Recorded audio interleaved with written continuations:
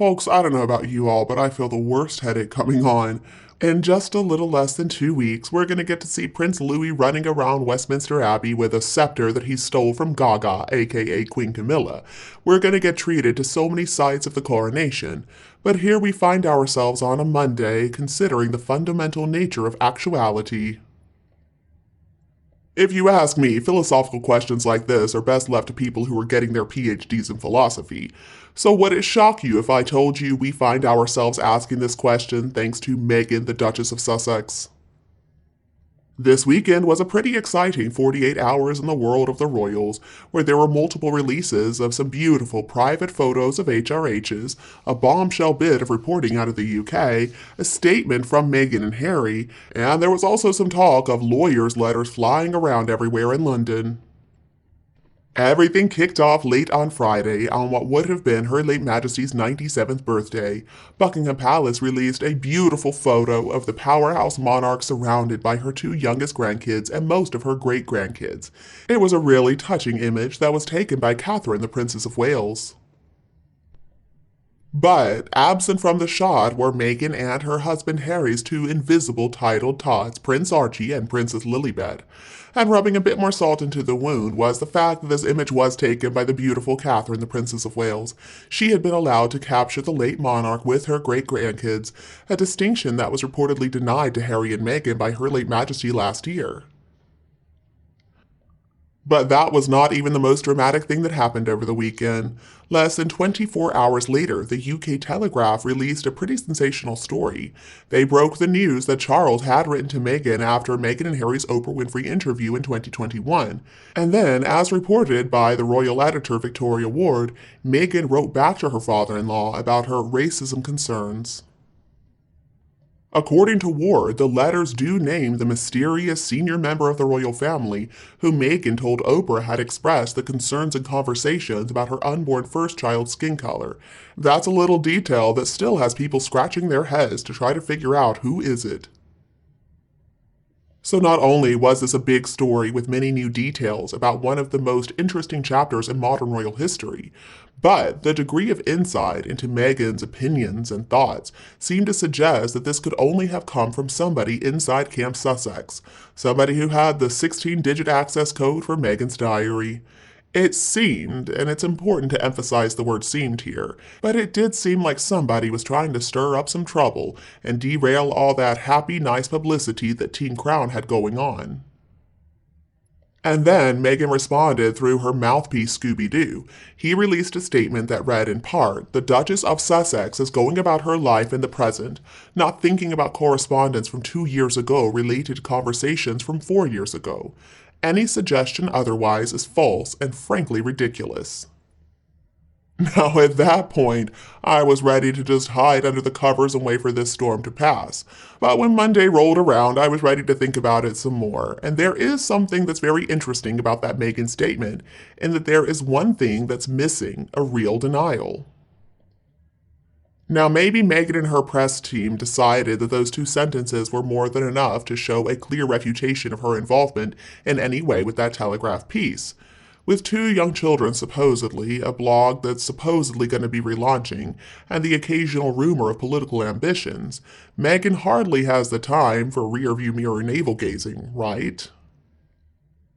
Still, it seemed bizarre, though, that Meghan didn't think to include a clear rejection of the Telegraph story. In fact, releasing that statement really only confirmed that these letters had indeed happened. And at some point over the weekend, lawyers, it would seem 2 sets of lawyers, got involved in this whole mess. Not long after the Telegraph story was published, the Times royal correspondent Valentine Lowe tweeted a link posting, "Why does the Sussex camp want to leak all this? Is it Meghan trying to prevent an outbreak of peace between Harry and his father? And intriguing that they should resort to the sort of briefing that they condemned in others." But then, the next day, Lowe followed that up by posting, "Given that legal letters have been sent by the Sussex's lawyers as well as the palaces since the story was published, it seems I was wrong in assuming that it came from the Sussex camp. Sorry to all about that, but even more intriguing." And those two tweets have been shared more than 2.6 million times combined since they were published. It is intriguing. Time and time again over the years, Meghan and Harry have not been shy to call in the lawyers when they think journalists or news outlets have overstepped the line. Meghan had successfully sued the Daily Mail for publishing parts of a letter that she sent to her estranged father, Thomas Markle, for example. And when it comes to Harry, well, it's probably easier to make a list of the Fleet Street powerhouses he's not suing right now. Which is to say, if the story from this weekend was a bunch of nonsense, or was the work of some very loose, unsanctioned lips leaking to a royal correspondent, we would assume that Meghan and Harry, of all people, would be more than happy to point the finger. But, in spite of the fact that Lowe made a reference to legal letters, the Telegraph story is still up there online, and it has not been changed to include anything to suggest that it is the subject of a legal complaint. Something else that we can probably file under intriguing would be three words that are strangely lacking from Meghan's statement, Duke of Sussex. According to the release, Meghan is going about her life in the present. Well, okay, last time I checked it was always their life. And can we say the same for the world's most miserable prince? Based on everything we have witnessed over the last 5 months, it seems like Harry cannot look anywhere but in the rearview mirror. He has spent the beginning of this year dragging worldwide audiences through his tortured psyche and deeply fraught, if not totally damaged, relationships with his own family.